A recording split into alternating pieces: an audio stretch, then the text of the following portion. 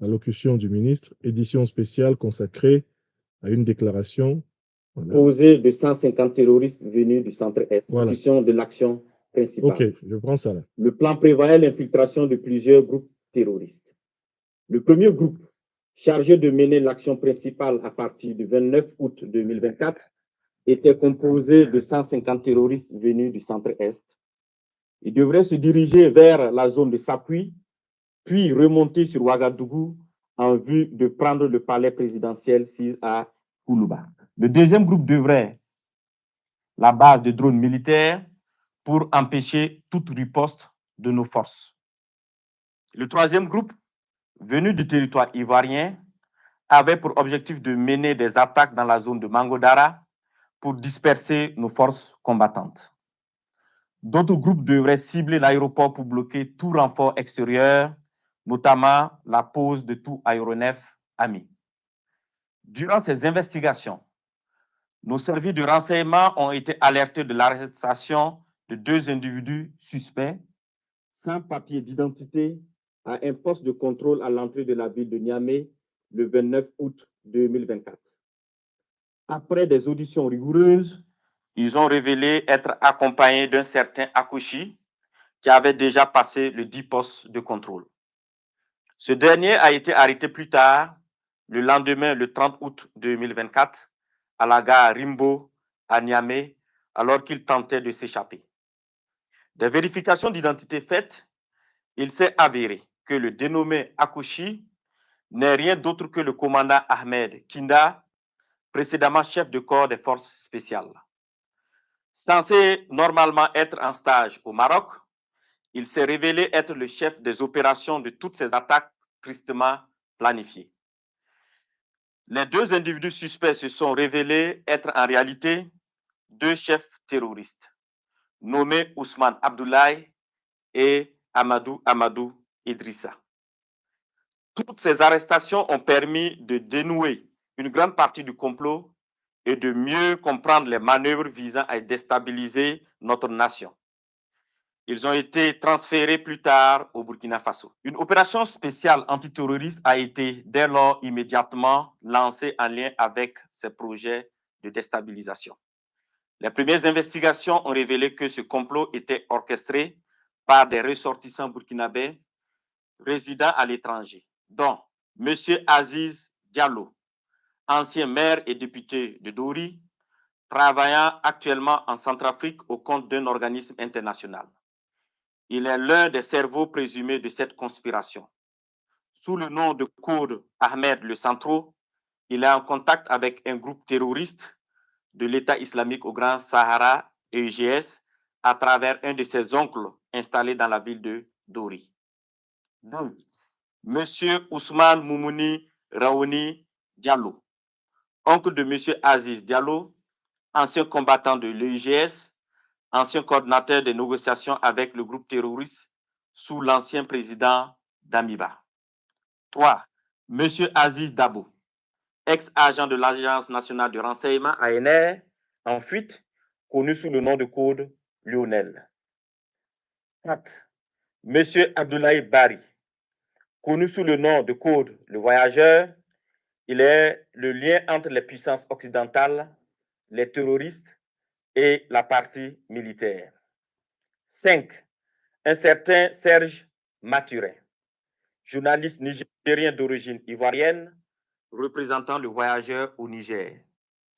Il a hébergé le commandant Ahmed Kinda la nuit du 29 août 2024 pour lui permettre de s'échapper et devrait faciliter également l'infiltration de tout le commando à l'est du Burkina Faso. Monsieur Abdoulaye Bari lui avait demandé de garder par devers lui 4 téléphones satellitaires de marque Touraya destinés aux opérations funestes. 6. Monsieur Djibril Yipene Bassolé, ancien ministre des Affaires étrangères du Burkina Faso. 7. Monsieur Newton Ahmed Bari, ancien président de la CENI. 8. Monsieur Alpha Bari, ancien ministre des Affaires étrangères du Burkina Faso. 9. Le commandant François Zungrana, alias César. 10. Le commandant Herman Zongo, qui renseignait sur les positions des vecteurs aériens et des mouvements de l'armée. 11. Le commandant Joanny Compori, ancien directeur général de la SONABI, qui recherchait des drones kamikazes. 12. Le colonel Zala, travaillant dans le système des Nations Unies en Centrafrique. 13. Le lieutenant-colonel Paul-Henri Sandago Damiba, alias le Patriarche, qui dirige le volet militaire de ce complot. 14. Le lieutenant-colonel D. Romeo Woba, alias Rodriguez, qui est le chef du centre des opérations à Accra. 15. Plusieurs autres officiers à l'extérieur du pays sur lesquels les investigations se poursuivent. Ces déstabilisateurs, en collaboration avec des complices à l'intérieur du pays, menaient des actions de désinformation massive et utilisaient des pratiques occultes pour s'aimer la confusion et la division. Plusieurs marabouts ont été consultés par M. Abdoulaye Bari, alias le voyageur, qui s'est fait aider par le sergent-chef Tendano, alias Taylor, ancien élément des forces spéciales, qui sera arrêté plus tard par nos services de renseignement. Ce dernier donnait des renseignements à l'ennemi et avait en charge de recruter des éléments pour les opérations de déstabilisation. Je n'ai pas de Il a en solution. outre pris Pour le contact suivre avec sur X, son je n'ai père, pas de solution. marabout très connu dans la zone de Bogandé, Si c'est difficile là-bas, afin qu'il n'hésitez travaille pas à à ce que venir les suivre sur infiltrations les de autres terroristes se passent très bien. Suite à l'arrestation du commandant Ahmed Kinda, alias Akoshi, et des 2 chefs terroristes, il avait été convenu dans un premier temps de ne pas divulguer l'information pour permettre ainsi nos services de découvrir toute l'étendue du réseau. Les communications interceptées ont révélé l'implication de plusieurs opérateurs économiques dans le complot. Des enregistrements de ces communications seront bientôt diffusés au public dans les prochains jours. D'autres leaders de la société civile participant aux échanges via un groupe WhatsApp dénommé IB Dégage sont également impliqués dans cette vaste entreprise. La plupart des réunions de planification se menaient au Ghana, dans le quartier Ashimota, à l'hôtel Jidi Lodge à Accra. Certaines autres réunions se menaient à Tamale, en présence de M. Abdoulaye Bari, alias le voyageur, et du lieutenant-colonel D. Romeo Woba, alias Rodriguez. Dans un second temps, il avait été convenu que le commandant Ahmed Kinda, alias Akoshi, le sergent-chef Tendano, alias Taylor, et les 2 chefs terroristes, accompagnés de l'une de nos équipes, montrent le site de stockage de leurs équipements et de leurs matériels divers. Ce lieu, sous la garde des terroristes à la solde du commandant, a été localisé non loin de la ville de Tenkodogo. Une fois sur place, ceux-ci ont tenté de s'échapper, mais des échanges de tirs sont suivis, au cours desquels ils ont été neutralisés en sus de plusieurs autres terroristes. Les autres déstabilisateurs, loin d'abandonner leur funeste entreprise, ont décidé de peaufiner un nouveau plan lors d'une réunion qui doit se tenir normalement au Nigeria le 27 septembre 2024. Il s'agira pour eux de recruter de nouveaux terroristes, en sus de recruter 500 mercenaires en provenance d'un pays européen pour des attaques à grande échelle à Ouagadougou visant à semer la terreur. Toujours dans leurs prévisions, ils ont décidé de tuer tous ceux qui s'opposeraient à leur action en faisant référence aux populations dans le cas où elles se révolteraient. Ainsi, pour préserver leurs familles et leurs proches de toutes les représailles des populations contre eux, ils ont décidé que chacun d'eux exfiltre sa famille et ses proches avant le début de leur opération. Grâce aux informations recueillies, nous avons pu identifier les participants prévus à cette réunion de coordination à venir au Nigeria, parmi lesquels devraient figurer 1. Le commandant Ahmed Kinda, alias Akoshi. 2. M. Abdoulaye Bari, alias le voyageur. 3. L'ancien DG adjoint de l'ANR, radié des cadres des forces armées nationales, M. Ouedraogo Sekou.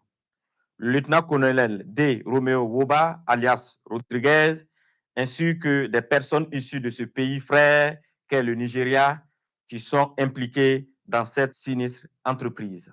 Tous devraient faire jonction avec M. Gibril Yipene Bassolé et certains éléments des services de renseignement occidentaux.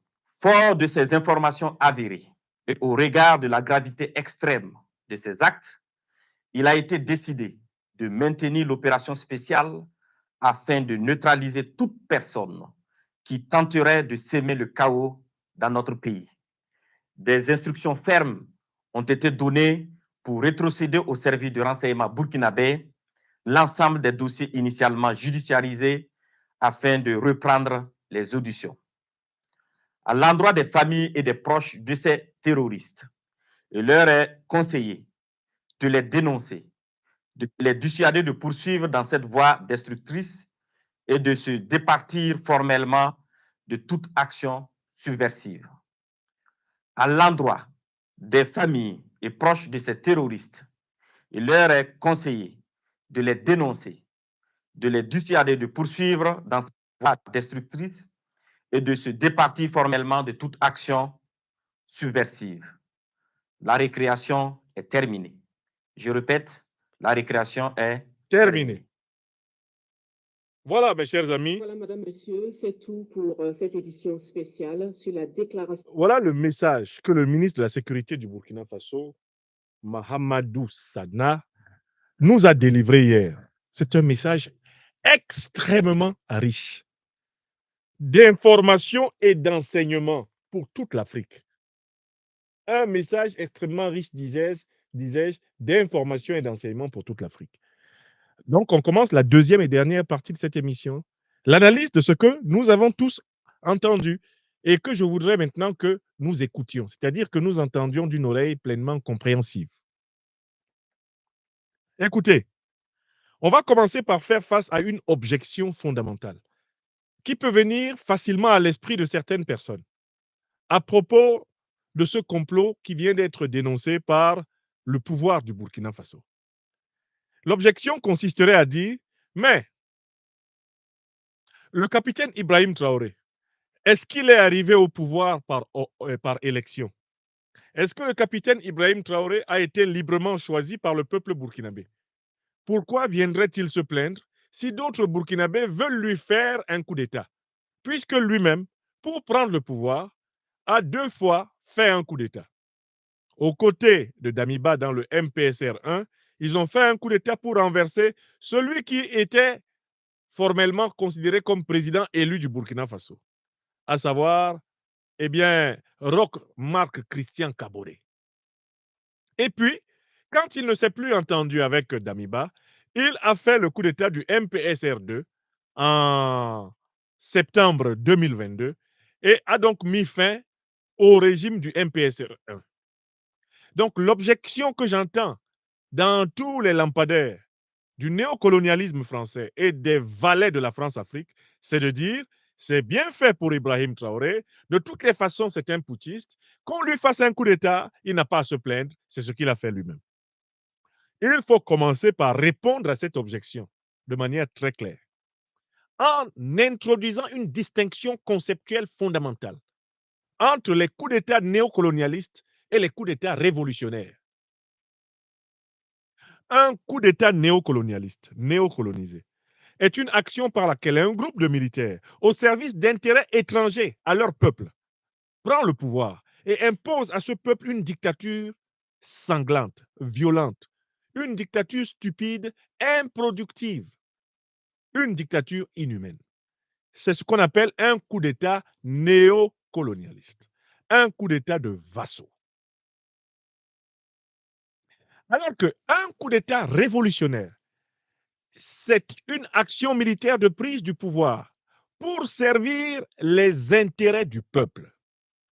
Elle est donc une action entreprise par la frange patriotique de l'armée pour s'assurer que les intérêts vitaux, la souveraineté du pays, la liberté de choix du peuple du pays sont préservés. C'est ce qu'on appelle un coup d'État révolutionnaire, un coup d'État populaire. Incontestablement, quand on regarde le coup d'État de Damiba et qu'on le compare au coup d'État d'Ibrahim Traoré, on reconnaît tout de suite que la distinction conceptuelle que je viens de vous expliquer s'applique parfaitement.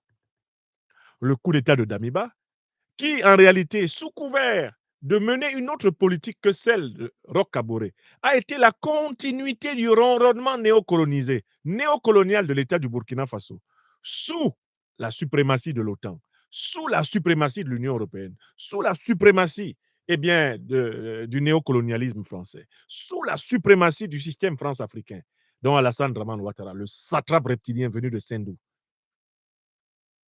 pour troubler la paix des Ivoiriens. Et ayant renié notre belle terre burkinabé de Sendou, pour venir troubler toute l'Afrique avant d'être bientôt dégagé, c'est lui qui est le parrain local, puisqu'il est le vassal en chef de la France-Afrique dans la sous-région. Le coup d'État, justement, de Damiba était au service de ce groupuscule-là. Or, on sait que c'est l'OTAN qui a détruit la Libye en 2011, qui a assassiné Kadhafi en 2011 et qui a organisé l'invasion du Sahel par les organisations terroristes qu'elle a pris le soin de créer au Moyen-Orient. Par conséquent, Paul-Henri Sandaogo Damiba, Roch Kaboré, tous ceux qui ont gouverné le Burkina Faso depuis la mort du président Thomas Sankara le 15 octobre 1987, ont gouverné ce pays sous la suprématie de l'OTAN. Et c'est cet OTAN précisément qui a organisé la grande déstabilisation de l'Afrique. Donc, que ce soit le président Compaoré, ses successeurs, à savoir Yacouba Isaac Zida, Michel Kafando, Roch-Marc Christian Kaboré ou Paul-Henri Sandaogo Damiba, ils ne se sont jamais écartés d'une politique de soumission à l'OTAN. Par conséquent, c'est OTAN même qui est à l'origine de la déstabilisation de l'Afrique, selon les affirmations de ses propres dirigeants.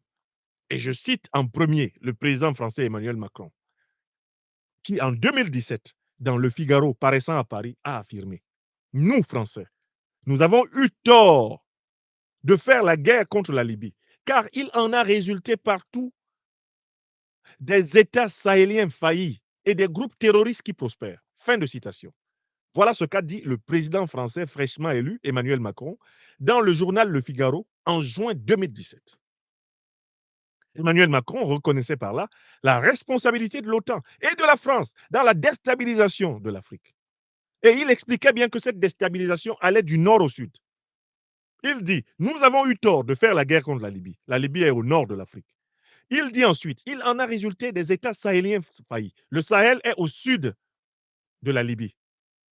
Et il a ajouté des groupes terroristes qui prospèrent. Mais ce sont ces groupes terroristes qui viennent attaquer jusqu'au Cameroun, vont attaquer au Nigeria, attaquent dans le golfe de Guinée, attaquent au Tchad, descendent maintenant pour aller attaquer jusqu'au Mozambique. C'est de cela que parlait le président Macron. Donc tous les dirigeants du Burkina Faso, après la mort du président Sankara, ont aligné le Burkina Faso sous la coalition otanienne. Or, c'est cette coalition qui, précisément en 2011, a entrepris de fragiliser le continent africain pour imposer au continent africain l'occupation militaire de son sol et par là même, précisément, continuer à le piller, à l'exploiter pour ses multinationales à travers, bien sûr, des gouvernements fantoches, des gouvernements soumis, des gouvernements de valets. Le coup d'État de Damiba n'a rien changé à la situation fondamentale du Burkina Faso. Un pays déstabilisé par des terroristes qui ont été armés en Libye par l'OTAN.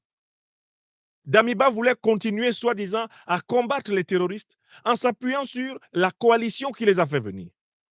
Or, on ne peut pas combattre les terroristes en Afrique en s'appuyant sur la coalition qui a agi en coaction avec eux pour détruire la Libye, tuer Kadhafi, envahir le Sahel. La coalition qui a des yeux de convoitise globuleux sur le golfe de Guinée, globuleux sur le bassin du Congo, globuleux sur le gaz du Zambèze jusqu'au Mozambique. Donc, je voudrais, dans cette analyse, commencer par écarter l'objection qui consiste à dire: oh, de quoi se plaint Ibrahim Traoré? On lui a fait un coup d'État comme lui-même il en a fait. Non, son coup d'État n'a rien à voir avec celui de Damiba. Son coup d'État a été fait au service de son peuple. C'est un coup d'État révolutionnaire, populaire et panafricaniste. Alors que le coup d'État de Damiba s'est avéré un coup d'État contre son peuple. Et moi, j'avais déjà souligné, quand j'ai vu ce Damiba arriver au pouvoir, que j'avais lu son ouvrage publié après son master, quelque part dans une université ici en France, lors de sa formation militaire. Il avait publié un ouvrage sur le terrorisme. J'ai lu l'ouvrage, environ une centaine de pages, et il y avait une telle confusion dans cet ouvrage que j'ai dit que le type qui a écrit ce livre-là ne peut pas sortir le Burkina Faso de l'impasse terroriste. Parce que le livre était caractérisé par l'incapacité de nommer l'ennemi. Il était incapable de dire, mais nous sommes déstabilisés par la faute de l'OTAN. C'est Barack Hussein Obama, c'est Nicolas Sarkozy, Paul Stéphane de Nagui Boksha, c'est David Cameron, à la tête de la coalition de l'OTAN, qui ont cassé la Libye en association avec Al-Qaïda et l'État islamique et qui ont envahi le Sahel. Le type écrit tout un livre de 120, 130, 150 pages. Il n'est pas capable de fixer ça. Quand j'ai fini de lire ce livre, j'ai dit à mes amis, le monsieur qui vient de prendre le pouvoir au Burkina Faso, il n'ira pas loin. J'ai son livre ici, Damiba. Il n'a pas le niveau de la situation. Donc, le président Traoré et le MPSR2 jouissent d'une triple légitimité. Notez bien, écrivez. Ils ont une légitimité théorique parce qu'ils apportent une réponse pertinente au problème de la déstabilisation de leur pays. La réponse que le président Traoré et ses compagnons ont choisie est celle qui correspond à la situation. On ne peut pas combattre les terroristes que l'OTAN a amenés en étant conseillé par l'OTAN.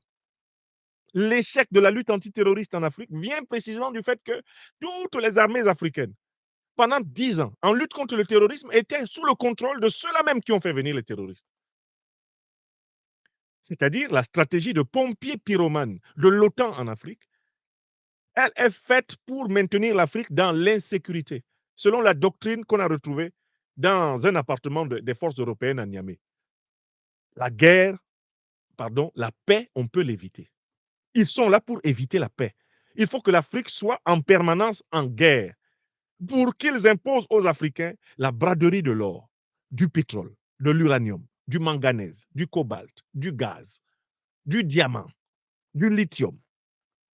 Il faut qu'ils imposent aux Africains un état de guerre permanente. Parce que seuls des Africains angoissés par la peur de se faire tuer peuvent accepter de brader leurs richesses.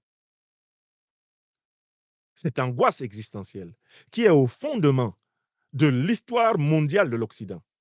Angoisse venue de l'expérience de la rareté dans son sous-sol, la pauvreté de son sous-sol. Cette angoisse existentielle, c'est cela qu'ils transmettent à travers cette stratégie terroriste à l'Afrique, afin que l'Afrique soit à la merci de leurs conditions commerciales. Que les Africains n'aient jamais le loisir de déterminer le prix de leurs matières premières. N'avez-vous pas remarqué que l'essentiel des matières premières du monde viennent d'Afrique, mais que le prix des matières premières est déterminé par des pays qui n'en ont pas?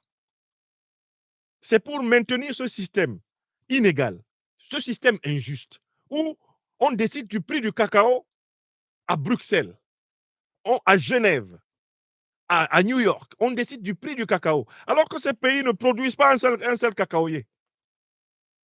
On décide du prix de l'or à la bourse de New York, alors que les États-Unis, bon, ils ont raclé tout ce qu'ils pouvaient avoir comme or dans leur sol, c'est terminé.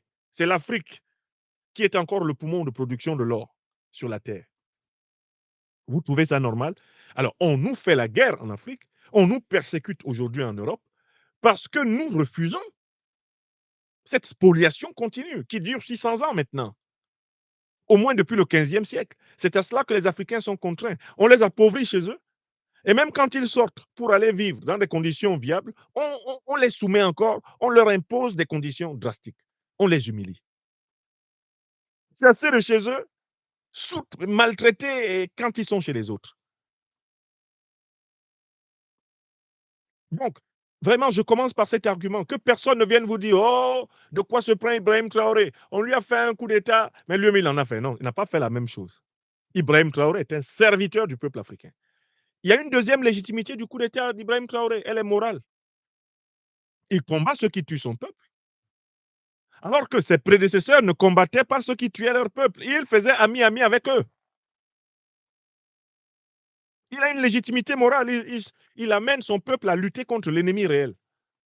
Donc, moralement, le peuple burkinabé se reconnaît dans ce chef.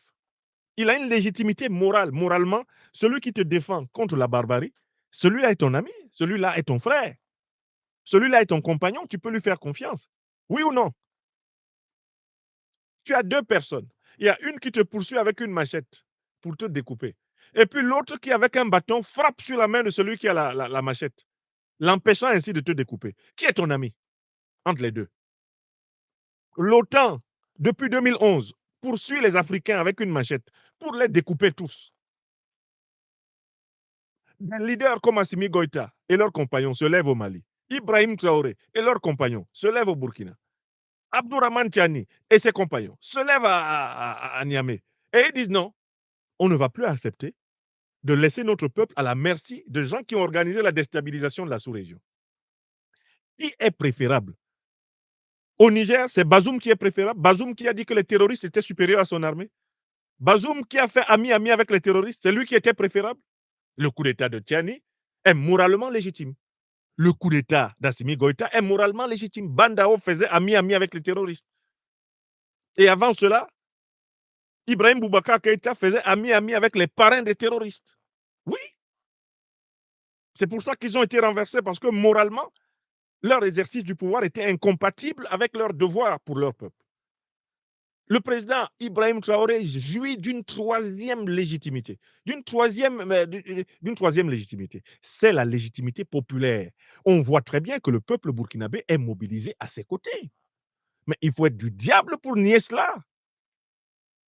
Et puis, il y a des gens qui pensent que la seule façon de légitimer un dirigeant, c'est l'élection. Ce n'est pas vrai. Même en Europe, dans les premières démocraties occidentales, les démocraties grecques, vous savez comment on choisissait les dirigeants? Par tirage au sort. On rassemblait tous les citoyens en capacité de diriger la cité. On prenait leurs noms, on les mettait dans une urne et on les tirait au hasard. C'est comme ça qu'on choisissait les magistrats dans les cités grecques de l'Antiquité, où a été élaborée l'expérience originelle de la démocratie occidentale. Vous comprenez? Donc, il ne faut pas que vous soyez là et que vous pensiez que les élections sont la seule forme de procédure de légitimation d'un pouvoir. Ce n'est pas vrai. Je répète les trois légitimités du président Traoré. Une légitimité scientifique. Il a compris la nature de la déstabilisation de son pays. Il mène une politique qui est scientifiquement objective de lutte contre le terrorisme. Il a une légitimité scientifique. On peut même l'appeler une légitimité épistémologique. Il a compris de quoi il s'agit. Deuxième légitimité, il a une légitimité morale. Il défend son peuple. Alors que les autres avaient abandonné leur peuple et faisaient semblant. Qu'est-ce qu'il passait son temps à faire à Roch Kaboré? À décréter le deuil national et à boire du champagne. Vous comprenez? Il n'osait pas nommer l'ennemi. Damiba est venu, il a voulu battre Roch Kaboré en record de champagne. Il en a bu en moins d'un an une quantité mais inhumaine, Damiba. Parce qu'il n'était pas capable de faire face à la question qui attaque le Burkina, qui attaque le Sahel, qui attaque l'Afrique. Il s'est engoncé dans la vie d'orgie et de beuverie, Damiba. Donc, le groupe qui veut reprendre le pouvoir par les armes, le groupe qui est dénoncé, c'est le groupe des néocolonialistes. Ils veulent refaire un coup d'État de type néocolonialiste, un coup d'État damibien. C'est-à-dire un coup d'État qui ne sert à rien. Je recommence une deuxième fois. Le groupe là qui a été dénoncé par le ministre de la Sécurité, Mohamedou Sanna, c'est justement un groupe qui veut faire un coup d'État néocolonialiste, un coup d'État damibien, un coup d'État pour rien. Parce qu'ils ne sont pas capables d'apporter une meilleure situation, une meilleure condition au peuple burkinabé que le président Traoré et ses compagnons. Il n'y a pas meilleure solution que celle que le président Traoré représente. Dans la situation actuelle, quelqu'un qui veut faire un coup d'État au président Traoré doit faire la preuve qu'il a une solution meilleure. Personne n'a de solution meilleure que celle qu'incarne le capitaine Ibrahim Traoré, chef de l'État, président et bien du Burkina Faso. Donc, chez moi à Douala, il y a un proverbe qui dit Muna nyongo abukite owa, bambelemo konda. Muna nyongo abukite owa, bambelemo konda. Qu'est-ce que cela veut dire? Que quand ton frère te dépasse, il faut porter sa chaise. Et c'est ce qu'on doit dire à Damiba. Ibrahim Traoré, dans le service du peuple burkinabé, te dépasse, porte sa chaise et tais-toi. Quand dans un pays, il y a un dirigeant qui fait très bien le travail du peuple, vous n'avez pas le droit de vouloir le renverser. Parce qu'il jouit de 3 légitimités qui sont essentielles. La légitimité scientifique, ce qu'il fait est juste, c'est correct, c'est objectif, c'est ce qu'il faut faire. La légitimité morale, ce qu'il fait plaît au peuple. Ibrahim Traoré est aimé. Depuis la mort de Sankara, on n'a pas vu un leader qui soit plus aimé qu'Ibrahim Traoré. Depuis la mort de Thomas Sankara au Burkina Faso. Le plus aimé après Thomas Sankara, c'est Traoré. C'est la vérité, tout le monde le sait. Donc, il a une légitimité morale, là. Son peuple l'aime. Vous êtes jaloux, pourquoi? Damiba était au pouvoir, il passe son temps, il va à New York avec une délégation de, je ne sais pas, 100 personnes. Il amène 100 personnes pour faire un discours à l'ONU. C'est de la foutaise. Il va s'asseoir dans les lupanards d'Abidjan, au lieu de s'occuper du pays. Il est à Abidjan, là-bas. Hein? On lui amène les meilleurs freshnis. Monsieur est content. Après, maintenant, il vient demander le pouvoir. Pour faire quoi? Si c'est pour boire le champagne et chercher les plus belles filles d'Abidjan, là, ça ne sert à rien. Les Burkinabés n'ont pas besoin d'un président pour ça. Oui, il faut demander aux putschistes. Vous voulez prendre le pouvoir pour faire quoi? Moi, j'ai écouté plusieurs audios de ces putschistes.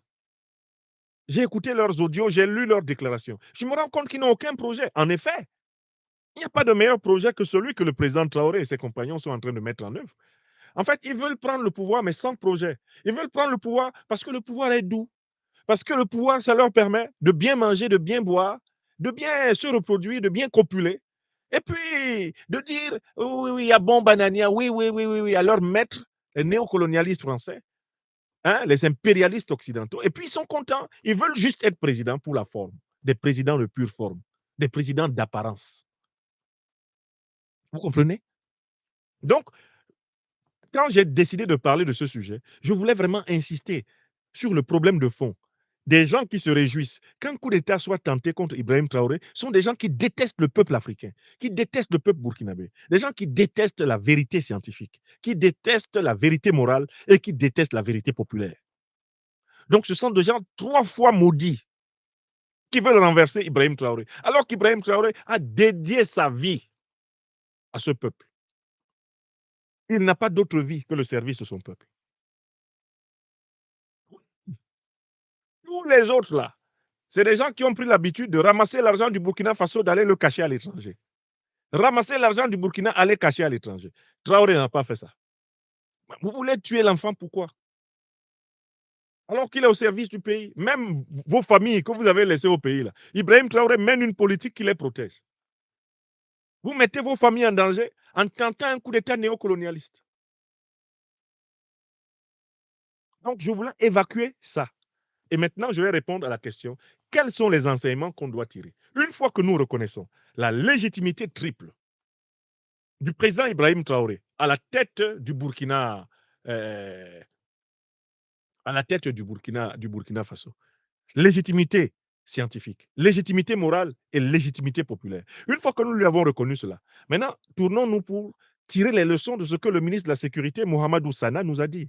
Il y a une mine d'or. Mais avant d'entrer dans le détail récapitulatif de ce qu'il nous a dit, je vous rappelle que j'avais donné une conférence dans laquelle j'avais développé une théorie, la théorie de l'oignon stratégique de la déstabilisation de l'Afrique. Est-ce que vous vous souvenez de cette conférence? Puisqu'ils ont attaqué ma chaîne YouTube, ils croient l'avoir détruite. Ils pensent que cette conférence ne sera plus jamais vue. Elle sera vue. Elle est téléchargée en disque dur. Il y a beaucoup de disques durs qui possèdent mes conférences. Tout ressortira. On monte, on descend. Je suis, de ce point de vue, bien organisé et nous, Africains de cette époque, devons être insubmersibles. Vous vous souvenez de la théorie de l'oignon géostratégique que j'avais donnée? J'ai dit que l'Afrique, et notamment donc l'Afrique de l'Ouest et la Confédération, l'Alliance des États du Sahel, étaient prises dans un oignon géostratégique. J'avais fait un premier grand cercle de l'oignon géostratégique. Le plus grand cercle, j'ai dit que c'est l'OTAN. C'est l'OTAN qui encercle l'Afrique. Deuxième cercle, pour ce qui est de l'Afrique de l'Ouest. J'ai dit que l'Afrique de l'Ouest était encerclée par les troupes de la CEDEAO. C'était le deuxième cercle. Dans le schéma que j'avais donné, j'ai fait un troisième cercle et j'ai dit qu'après l'OTAN qui encercle l'Afrique, les troupes de la CEDEAO qui encerclent l'Afrique, qui encerclent l'Alliance des États du Sahel, j'ai dit qu'ensuite venaient en troisième anneau les groupes terroristes. Et j'ai expliqué que l'OTAN parraine la CEDEAO et l'OTAN parraine la CEDEAO et les groupes terroristes selon le modèle qui a été utilisé pour l'attaque de la Libye. Vous avez vu ce modèle utilisé dans l'attaque de Tinzaouaten. Toutes les structures de l'oignon géostratégique contre l'Afrique étaient rassemblées pour attaquer Tinzaouaten. Il y avait l'OTAN, à travers notamment son support l'Ukraine. Il y avait la CEDEAO, parce que la plupart des mercenaires terroristes qui ont été utilisés sont des ressortissants de la CEDEAO. La visibilité de la peau blanche des mercenaires occidentaux étant devenue un vrai problème pour eux en Afrique, parce qu'ils sont faciles à voir, à repérer et à distinguer. Donc, ils utilisent, comme la France coloniale a utilisé les tirailleurs sénégalais pour aller coloniser d'autres pays africains, on utilise des mercenaires noirs pour tuer les Noirs. On les paye à la petite semaine, on les drogue, je ne sais pas, à la bétadone, on leur raconte des théories religieuses frelatées, hein, qui suffisent à des cerveaux étroits, et on les envoie, comme cher à canon, affronter les armées aguerries de l'AES. J'avais donné cette conférence, et je tiens à ce que vous vous en souveniez, parce que les faits qui ont été révélés par le ministre Mahamadou Sana viennent confirmer point par point la théorie de l'oignon géostratégique. Que nous dit le ministre Mahamadou Sana? Premièrement, il nous dit que l'Afrique est attaquée par la coalition de l'OTAN. Il a précisé que ce sont des puissances occidentales qui sont les parraines ultimes, la tutelle ultime du complot contre le Burkina Faso. Oui ou non? Premier enseignement. Mohamedou Sana, au nom du Burkina, a dit c'est eux. D'accord? Vous n'êtes quand même pas étonné. Deuxième élément important, dans son intervention, Mohamedou Sana montre que ce complot est perpétré par les pays de la CEDEAO. Il cite plusieurs fois la Côte d'Ivoire. Il cite le Ghana, qui a envoyé des délégations pour flatter les Burkinabés, flatter les autorités burkinabées. Quand ils envoient leurs délégations flatter nos autorités, moi, je sors toujours pour dire aux autorités, vous avez vu, le Ghana a une cellule opérationnelle pour attaquer le Burkina. La Côte d'Ivoire de Ouattara a une cellule opérationnelle pour attaquer le Burkina. Il a cité qui encore? Le Nigeria. Mais à partir, quel est le pays qui devait prendre la coalition de la force de la CEDEAO pour attaquer le Niger? Ce n'est pas le Nigeria? Maintenant, le Nigeria est devenu une base arrière de déstabilisation de tous les pays. Du coup, quand on cite des noms comme le Nigeria, ça vous dit quoi? N'est-ce pas le Nigeria qui a envoyé son chef d'état-major essayer de sourire à notre frère, le chef d'état-major de l'armée du Niger, le général Barmou? Vous n'avez pas vu Adamou Moussa, le chef d'état-major nigérian, traverser la frontière pour venir faire des souris à Niamey? N'est-ce pas maintenant ce Nigeria-là qui est à la base arrière de ceux qui doivent attaquer le Burkina? Ça vous renseigne sur la nature du sourire d'Adamou Moussa, le chef d'état-major nigérien, au chef d'état-major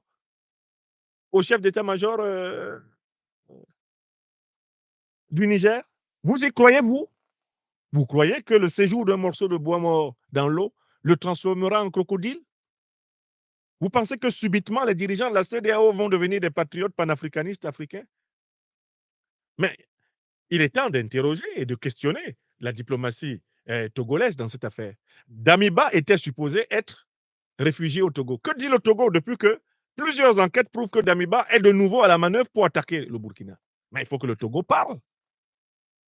J'apprends que Damiba a fui en Côte d'Ivoire. Mais le Togo a la responsabilité de dire nous ne sommes pas mêlés à ça parce que le monsieur, il était ici. Quand nous nous sommes rendus compte qu'il voulait déstabiliser pour des raisons néocolonialistes, à nouveau, eh bien, le Burkina, nous lui avons demandé de partir. Pourquoi le Togo se tait-il? Parce qu'il est membre de la CEDEAO et qu'il a la pression de la CEDEAO. C'est-à-dire des parrains néocolonialistes français de la CEDEAO, de l'Union européenne et de l'OTAN. Quant au Sénégal, des aventuriers ambigus, j'espère qu'il n'y a personne d'entre vous qui doute que si l'ambassadeur d'Ukraine, qui a ouvertement assumé d'avoir participé à tuer, à massacrer des soldats maliens, se promène encore à Dakar, c'est la preuve que Mais le Sénégal, en tant que pays de la CEDEAO, est un pays hostile à l'Alliance des États du Sahel. Et le Sénégal est une terre, une base arrière de ceux qui déstabilisent le Sahel. Mais les armées de l'OTAN sont toujours au Sénégal, non? Est-ce que les armées de l'OTAN ne sont pas toujours au Sénégal? Après tout ce que les aventuriers ambigus nous ont raconté. Le Sénégal est une base militaire de l'OTAN. Donc, nous avons la confirmation de la théorie de l'éloignement stratégique. Et là, il y a un troisième enseignement qu'il faut tirer de ce que nous a dit le ministre Mohamedou Sana. C'est que, en fait, les Africains que nous sommes, beaucoup d'entre nous, sont encore très faibles devant le pouvoir de l'argent sale. Est-ce que vous avez vu le nombre d'officiers, des officiers de qualité que le Burkina Faso a saigné pour former? Est-ce que vous voyez des officiers de quel rang peuvent accepter de participer à un complot contre leur peuple? Un complot prévoyant des massacres de masse de populations civiles, un complot prévoyant d'utiliser la force létale contre les populations civiles qui manifesteraient pour sauver la révolution, un complot qui prévoit la possibilité même de génocider une partie de la population pour maintenir un régime qui va desservir l'Afrique. Est-ce que vous voyez? Je suis meurtri. Je suis choqué dans mon âme que des Africains, des fils de père et de mère africains puissent s'associer à une opération qui consiste à soumettre leur pays à la misère organisée, à la brutalité de l'étranger. Quand j'ai écouté le rapport détaillé de cette affaire, j'ai eu honte pour tous ceux qui ont été clairement épinglés. Quel est le projet? Donc, en fait, pour des billets de francs CFA, une monnaie vide qui est fabriquée à Chamalières en France et qui n'a de valeur que parce que les Africains donnent leur richesse en échange de ce papier creux. Rien que pour cela, vous vous organisez pour tuer les Burkinabés. Vous vous organisez pour massacrer des régions entières. Vous vous organisez pour faire Barça-Logo. Pourquoi peut-on être aussi mauvais après tous les enseignements que l'histoire nous a apportés? Qu'est-ce qu'un homme peut gagner à passer sa vie à faire souffrir son peuple? Il ne gagne ni sur la terre, ni dans le ciel, ni dans cette vie, ni dans l'autre. Puisqu'il y perd son âme. Je vois des officiers. L'un était même l'adjoint de l'Agence nationale de renseignement. Seigneur. Des officiers de ce niveau-là. Ils doivent quand même avoir lu un peu l'histoire africaine. Ils doivent connaître les souffrances de nos peuples. Ils doivent être au courant de ce qui s'est passé pendant la traite négrière, la colonisation, ce qui s'est passé pendant les épisodes néocoloniaux, lorsque des forces étrangères suscitaient partout des coups d'État pour imposer des dirigeants, maltraitant leur peuple. Ces officiers-là, quand même, sont au courant de cela et que, pour que même leurs propres enfants vivent dignement au Burkina Faso et en Afrique demain, il ne faut plus que nos pays africains soient dirigés par des valets de l'étranger. Est-ce qu'on a besoin d'avoir fait Bac plus 12 pour comprendre qu'un pays qui est dirigé par des valets de l'étranger est un pays qui est dirigé pour son propre malheur? Que gagne-t-on à faire souffrir son peuple si ce n'est éventuellement qu'on a été converti à la vocation de devenir un démon? Je me demande si ces gens-là, avant de passer à l'acte, en effet, on apprend qu'ils ont consulté beaucoup de sorciers. Est-ce que ces gens-là ne participent pas tout simplement avec les forces ténébreuses? Il y a une espèce, il y a quelque chose de méphistophélique dans la volonté de servir ce projet de déstabilisation du Burkina. Quand on sait que ce sera pour ramener le Burkina infiniment loin derrière ce qu'il était même sous Kaboré. Donc, il y a là un enseignement fort, c'est que nous devons renforcer la résistance morale des Africaines et des Africains à l'argent sale. Et ce n'est pas un hasard si, précisément parce que nous faisons ce ministère, on va essayer de salir tous ceux d'entre nous qui aidons les Africains à dominer la cupidité. Dominer la cupidité. Tu n'es pas sur la terre pour l'argent. L'argent doit te servir à faciliter ta vie et celle des tiens, c'est tout. Tu n'es pas sur la terre pour l'argent. Alors, il ne faut pas le gaspiller. Mais il ne faut pas non plus chercher à le gagner de manière illicite. Parce qu'en le gagnant de manière illicite, même en le partageant aux membres de ta famille, tu leur transmets de la malédiction. Parce que c'est la sueur et le sang.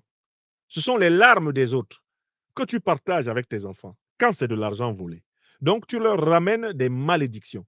C'est-à-dire, en fait, la souffrance des autres faisant ton bonheur, selon la loi d'action-réaction, il faudra que ta souffrance fasse le bonheur des autres. Plus tard.